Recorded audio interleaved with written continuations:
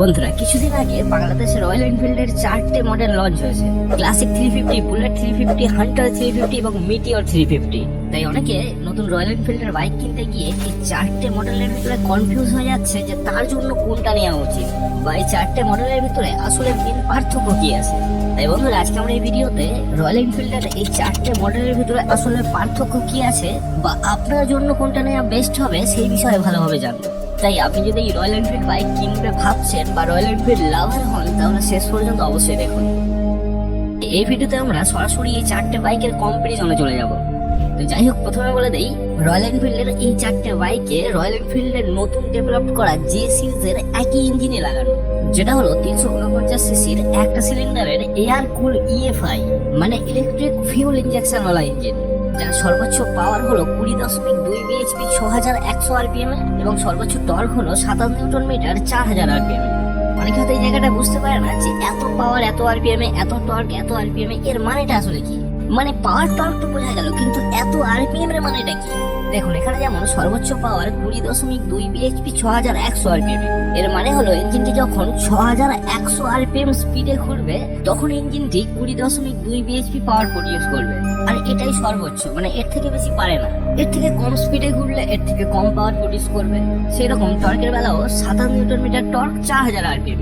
এর মানে হলো ইঞ্জিনটি যখন 4000 আরপিএম এ ঘোরে তখনই ইঞ্জিনটি সর্বোচ্চ টর্ক মানে 27 নিউটন মিটার টর্কটা প্রডিউস করতে পারে। হ্যাঁ, ইঞ্জিনটি তার থেকে বেশি স্পিডেও ঘুরতে পারে, কিন্তু 4000 আরপিএম এ গিয়ে ইঞ্জিনটি সর্বোচ্চ টর্কটা প্রডিউস করে দেয়। তো যাই হোক, এই 4টে বাইকে সেম ইঞ্জিন লাগানো আছে এবং যাদের পাওয়ার এবং টর্কও সেম এটাই। কিন্তু এই 4টে বাইকে সেম ইঞ্জিন লাগানো থাকলেও এই 4টে বাইক কিন্তু আলাদা আলাদা পারপাসের জন্য তৈরি। তাই আপনি এই 4টে বাইক চালানোর মধ্যে অনেক পার্থক্য ফিল করতে পারবেন, কারণ ইঞ্জিন একই হলেও এই 4টে বাইকের পারপাস অনুযায়ী এদের gear ratio, handling, wheel base, wheel size, ওজন ইত্যাদি আলাদা আলাদা। তাই আপনি এই 4টে বাইকের মধ্যে নিতে চাইলে আপনি কোনটা নেবেন সেটা আপনার প্রয়োজনের উপর নির্ভর করবে। তাই সবকটাকে একটা একটা করে দেখা যাক। প্রথমে দেখা যাক হান্টার 350 বাইকটি কোন পারপাসের জন্য তৈরি। হান্টার 350টা হলো রয়্যাল এনফিল্ডের সব থেকে হালকা এবং সব থেকে সস্তার বাইক, আর এটা একটি রোডস্টার টাইপের বাইক। এটা মেইনলি ডিজাইন করা হয়েছে শহরতলিতে চলাচল করার জন্য। এর ওজন 181 কেজি, যেখানে ক্লাসিক 350 ওজন 195 কেজি এবং মিটিওর 350 ওজন 191 কেজি। মানে রয়্যাল এনফিল্ডের অন্য মডেলগুলোর তুলনায় এর ওজন 10 থেকে 15 কেজি কম। আর এই কিছুটা ওজন কম হওয়ার জন্য অন্য মডেলগুলোর মতো এতে একই ইঞ্জিন থাকা সত্ত্বেও এর পাওয়ার টু ওয়েট রেশিও কিছুটা বেশি। আর এই পাওয়ার টু ওয়েট রেশিও বেশি হওয়ার জন্য অন্য 3টে মডেলের তুলনায় এর এক্সেলারেশন একটু ফাস্ট। আবার এই ওজন কম হওয়ার জন্য শহরতলিতে এটাকে নিয়ন্ত্রণ করাটাও অনেক সহজ হয়ে যায়। এছাড়া এর হুইল বেস মানে সামনের চাকা এবং পিছনের চাকার দূরত্বও কিছুটা কম। আবার এর সামনের চাকার সাইজও অন্য 3টে মডেলের তুলনায় কিছুটা ছোট। বুলেট, ক্লাসিক এবং মিটিওরে সামনে 19 ইঞ্চির রিম ব্যবহার করা হয়েছে, কিন্তু এই হান্টারে সামনে 17 ইঞ্চির রিম ব্যবহার করা হয়েছে, যেটার ফলে অলিগলিতে বা ছোট জায়গাতে এটাকে ঘোরাতে অনেক সহজ হয়। এছাড়াও এর সিট হাইটও তুলনামূলকভাবে কম রাখা হয়েছে। বুলেট এবং ক্লাসিকের সিট হাইট 805 mm, সেখানে এর সিট হাইট 790 mm, মানে ওদের থেকে 15 মিলিমিটার কম। এটার ফলেও শর্ট রাইডারদের জন্য এটাকে নিয়ন্ত্রণ করা অনেকটা সহজ হয়ে যায়। আপনার হাইট 5 ফুট 4 ইঞ্চির উপর থেকে হলে আপনি খুব সহজেই এই বাইকটিকে নিয়ন্ত্রণ করতে পারবেন।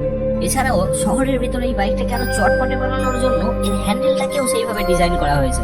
আর এই বাইক থেকে আপনি মাইলেজ পাবেন 30 থেকে 35 কিলোমিটার প্রতি লিটার। এই হয়ে গেল এই বাইকের বেশ কিছু ভালো দিক। এবারে বলি এই বাইকের খারাপ দিক বা এই বাইকটা কাদের নেওয়া উচিত নয়। এই বাইকটি কেনার পরে মানুষ সব থেকে বেশি যে অবজেকশনটা করে বা এই বাইকের সব থেকে খারাপ দিক হলো এর গ্রাউন্ড ক্লিয়ারেন্স অনেকটা কম। গ্রাউন্ড ক্লিয়ারেন্স মানে মাটি থেকে বডির উচ্চতা কতটা, সেটাকেই গ্রাউন্ড ক্লিয়ারেন্স বলা হয়। এই বাইকের গ্রাউন্ড ক্লিয়ারেন্স মাত্র 150 মিলিমিটার, যেখানে আরো অন্য 3টে মডেলের গ্রাউন্ড ক্লিয়ারেন্স 170 মিলিমিটার। 150 মিলিমিটার গ্রাউন্ড ক্লিয়ারেন্সটা একটা সাধারণ কমিউটার বাইকের থেকে অনেক কম। সাধারণ পালসার 125 সিসির বাইকেও গ্রাউন্ড ক্লিয়ারেন্স 165 মিলিমিটার। এই কম গ্রাউন্ড ক্লিয়ারেন্সটা আপনাকে সমস্যা করবে স্পিড ব্রেকারে। আপনার শরীরের ওজন যদি একটু বেশি হয় বা আপনি পিলিয়নের সাথে যাত্রা করেন, তাহলে বেশিরভাগ সম্ভাবনা থাকবে একটা বড় সাইজের স্পিড ব্রেকার আসলে নিচে ঠেকে যাওয়ার। আর যারা বাইক চালায় তারা বোঝে যেটা কতটা বিরক্তিকর অনুভূতি। তাই আপনার শরীরের ওজন যদি একটু বেশি হয় বা আপনি এমন এরিয়ায় বাইকটা চালাবেন যেখানে বড় বড় স্পিড ব্রেকার আছে, তাহলে আপনার এই বাইকটা না নেওয়াই উচিত। এছাড়াও আরো একটা ব্যাপার রয়েছে, এই বাইকটি যেহেতু সিটিতে চালানোর জন্য ফোকাস করে বানানো হয়েছে, তাই এর সাসপেনশন গুলো একটু শক্ত এবং সিটিং কমফোর্টও অন্য মডেলগুলোর তুলনায় একটু কম। তাই আপনি এই বাইকটা দিয়ে বেশি লং ট্যুর করতে পারবেন। হ্যাঁ, ছোটখাটো ওকেশনাল ট্যুর করা যেতে পারে, কিন্তু বেশি লং ট্যুর করার জন্য এটা আরামদায়ক নয়। আবার আপনি যদি ফান টু রান চান, মানে স্পিড লাভার হন, তাড়াতাড়ি এক্সেলেট ডিএক্সেলেট ইত্যাদি করতে চান, তাহলেও এই বাইকটি আপনার জন্য নয়। তাহলে শুধু এই বাইকই কেন, রয়্যাল এনফিল্ডের কোনো মডেলই আপনার পছন্দ হবে না। কারণ রয়্যাল এনফিল্ডের বাইকগুলো স্পিডের থেকে আরামের কথা চিন্তা করে বানানো হয়। যারা আরামদায়ক ভাবে নর্মাল স্পিডে বাইক চালাতে পছন্দ করেন, তাদের এই বাইক পছন্দ হবে। কারণ কন্টিনেন্টাল জিটি ছাড়া রয়্যাল এনফিল্ডের সব মডেলগুলোই অন্য বাইকের মতো ফাস্ট এক্সেলেশন, টপ স্পিড অত বেশি থাকে না। হ্যাঁ, হতে পারে এটা 350 সিসির ইঞ্জিন, কিন্তু এর টপ স্পিড একটা 150 সিসির বাইকের মতো। শুধু রয়্যাল এনফিল্ডের সব থেকে দামি মডেল কন্টিনেন্টাল জিটিতেই একটু ফান টু রান পাবেন। এছাড়া সব মডেলগুলোই বেশিরভাগটা আরামের দিকে ফোকাস করে বানানো হয়েছে। যাই হোক, এতক্ষণ আপনি আশা করি বুঝতে পেরেছেন যে এই হান্টার 350টা আপনার নেওয়া উচিত কি উচিত নয়। এবারে দেখা যাক এই মিটিওর 350 বাইকটি কেমন। এই মিটিওর 350 বাইকটি হান্টার 350 বাইকের একদম বিপরীত। মানে এই মিটিওর 350 বাইকটি একদম সম্পূর্ণ টুরিং এর জন্য বানানো হয়েছে। এই বাইকটি একটি ক্রুজার টাইপের বাইক, আর ক্রুজার টাইপের সব বাইকের মেন পারপাস হলো ভ্রমণ করা। ক্রুজার বাইকের মেন যে বৈশিষ্ট্যগুলি থাকে সেগুলি হলো এর সিট হাইট অনেক কম হয়, পা রাখার জায়গাগুলো একটু সামনের দিকে হয় এবং হ্যান্ডেল বারটা একটু উঁচু হয়, যার ফলে এই বাইকগুলোর সিটিং পজিশন খুবই আরামদায়ক হয়। মানে এই বাইকগুলোতে আপনি বসলে একদম সোফায় বসার মতো ফিল পাবেন। আর এর কারণে এই বাইকগুলো নিয়ে আপনি দীর্ঘক্ষণ চালালেও আপনার ক্লান্তি বোধ অনেক কম হবে।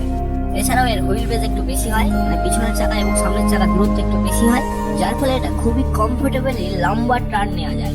কিন্তু আবার এই বাইকগুলোর এই হুইল বেজ বেশি হওয়ার জন্য ঘিঞ্জি শহরের ভিতরে চালাতে বা শর্ট টার্ন নিতে অনেকটা সমস্যা হয়, কারণ এটাকে ঘোরাতে অনেকটা বড় জায়গা লাগে। আবার একটা টেকনিক্যাল ব্যাপারে বলি, এই ক্রুজার টাইপের বাইকগুলোতে পাওয়ারের থেকে টর্ক বেশি থাকে। যেমন এই বাইকটির পাওয়ার 20.2 বিএইচপি, কিন্তু টর্ক 27 নিউটন মিটার।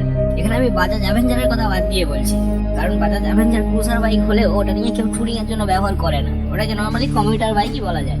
তো যাই হোক, এই ক্রুজার বা ভ্রমণকারী বাইকগুলোতে পাওয়ারের থেকে টর্ক বেশি হওয়ার পিছনে দুটো কারণ আছে। প্রথম কারণ হলো এই টর্ক বেশি হওয়ার জন্য এটা পাহাড়ে চড়তে অনেক সুবিধা হয়। কারণ মানুষ বেড়াতে গেলে কোথায় যায়, হয় কোনো সমুদ্রে যায় অথবা পাহাড়ে যায়।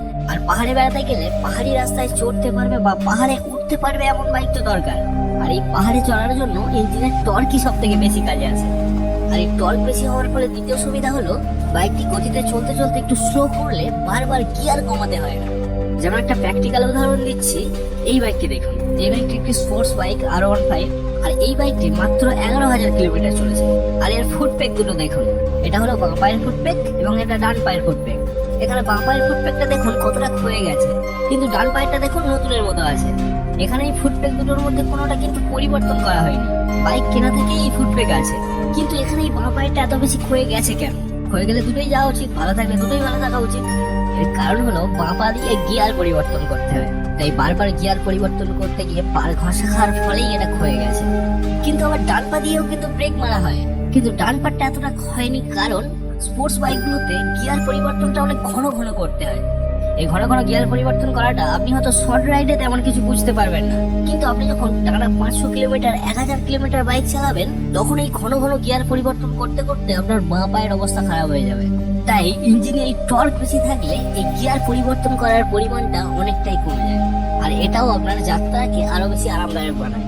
যদিও এই মিটিওর 350 শুধু নয়, এই পাওয়ারের থেকে টর্ক বেশি এই 4টে মডেলেই, কারণ 4টে মডেলেই তো একই ইঞ্জিনে লাগানো, তাই আপনি বারবার গিয়ার পরিবর্তন না করার সুবিধাটা এই সব কটা মডেলেই পাবেন। তো যাই হোক, এই মিটিওর 350 বাইকটি আসলে টুরিং পারপাসে তৈরি। তাই আপনি যদি টুরিং এর জন্য বাইক কিনতে চান, যে বেশিরভাগটা আপনি টুরিং করবেন, শহরে আপনার বেশি চালানোর প্রয়োজন নেই, তখনই আপনি এই মিটিওর 350 বাইকটি নিতে পারেন। এবারে আসি রয়্যাল এনফিল্ডের সব থেকে বেশি বিক্রি হওয়া মডেল ক্লাসিক 350-তে।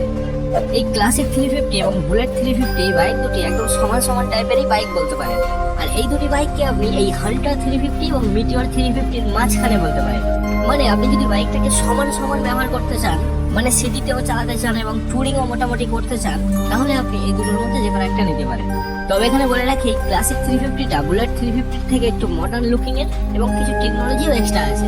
মানে এই বুলেট বাইকটিরই একটি আপগ্রেড ভেরিয়েন্ট ক্লাসিক 350 কে বলতে পারেন, কারণ এই বুলেট মডেলটাই রয়্যাল এনফিল্ডের সব থেকে ঐতিহ্যশালী মডেল ছিল।